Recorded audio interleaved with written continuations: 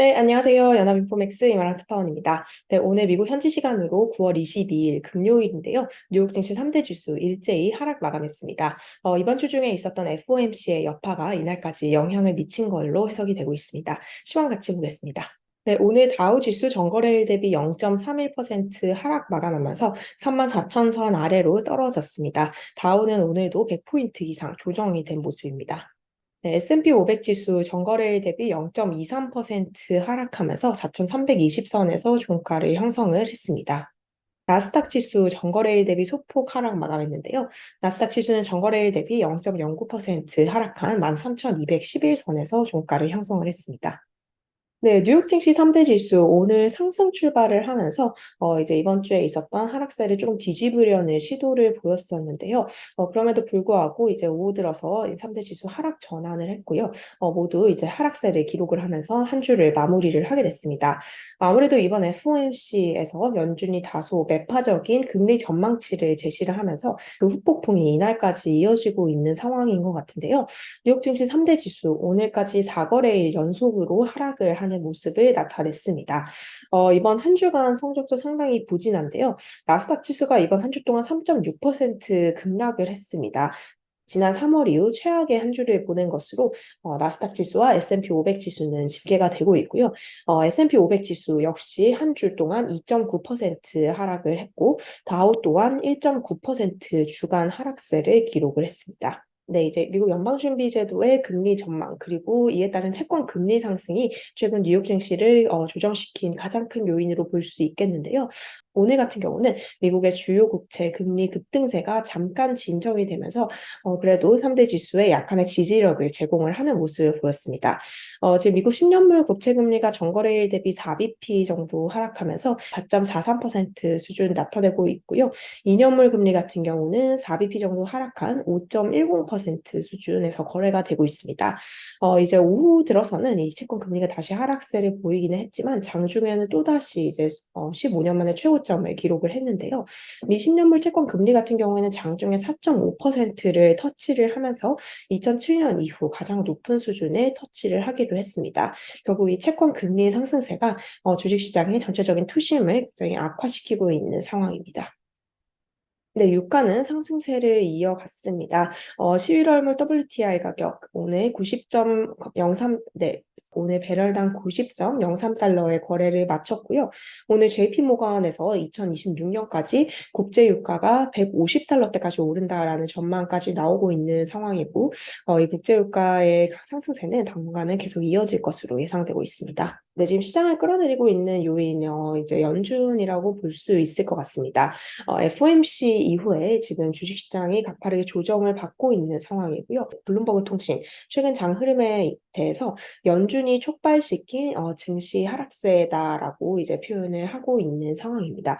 특히 블룸버그 통신은 최근 주식시장뿐만 아니라 채권이라든지 원자재 시장에서 모두 이제 약한 흐름이 보이는 동시다발적인 셀오프가 발생하고 있다라고 얘기를 했는데요. 지금 주식시장 계속해서 조정을 받고 있는 모습이고요. 채권 금리는 이제 계속 상승하는 추세를 나타내고 있습니다.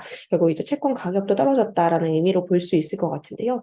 원자재 시장에서도 금의 가격이 이번 한 주 동안 이제 하락하는 등 전방위적으로 일어나는 이 자산 가치 하락의 현상이 일어나고 있는 상황입니다.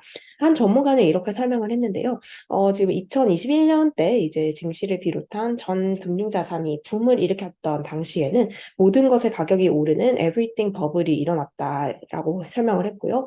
하지만 지금은 금리가 더 높아지면서 자산 가격을 끌어내리는 전체적인 셀오프 현상이 일어나고 있다라는 지적을 전했습니다. 네, 오늘 이제 네, FOMC 충격이 채 가시지 않은 상황인데요. 오늘 연방준비제도 위원들 또한 당 상당히 매파적인 목소리를 내면서 투심을 악화시켰습니다. 오늘 두 명의 핵심적인 연준 인사가 긴축을 선호하는 발언을 했는데요. 수전 콜린스 보스턴 연은 총재 그리고 샌프란시스코 메리 데일리 연은 총재가 다소 매파적인 견해를 전했습니다. 우선 보스턴 연은 총재 같은 경우 추가 긴축을 논의에서 배제하지 않았다라는 입장을 밝혔고요.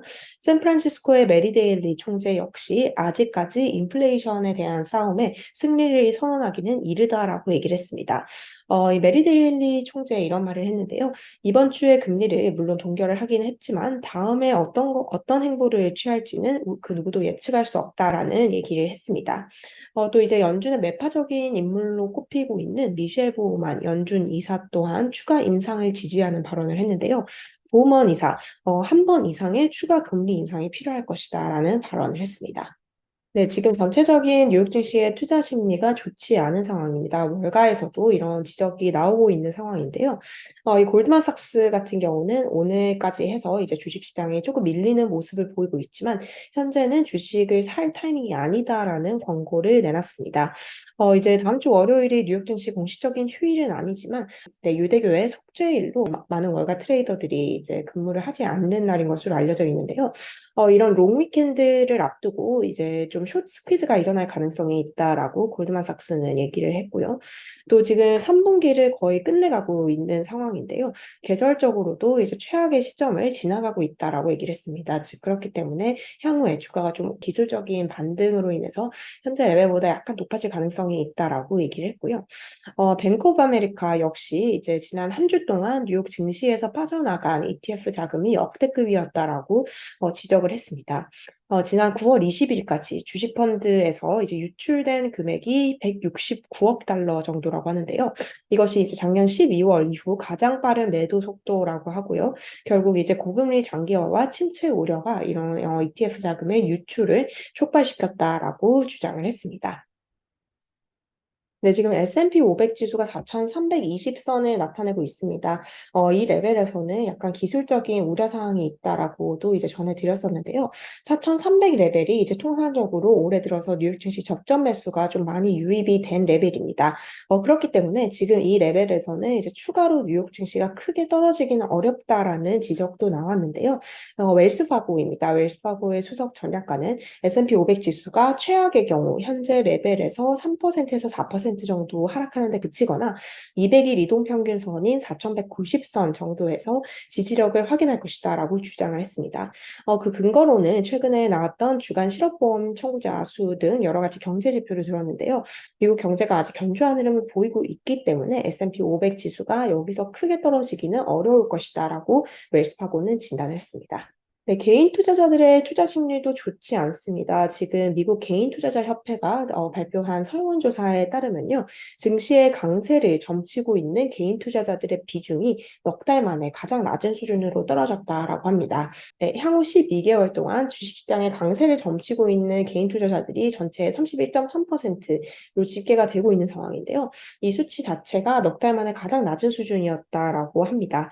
역사적인 평균치인 37.5%에도 못 미치고 있는 상황이고요. 네, 약세론 주장을 펼치고 있는 비중인 34.8%보다도 낮은 수준입니다. 네, 뉴욕 증시에는 여러 가지 거시적인 이 약재도 있는 상황입니다. 지금 미국 전미 자동차 노조가 이제 대규모 파업을 벌이고 있는데요. 전미 자동차 노조는 오늘부로 이제 제너럴 모터스로도 이제 파업 범위를 확대를 한다라고 얘기를 했고요.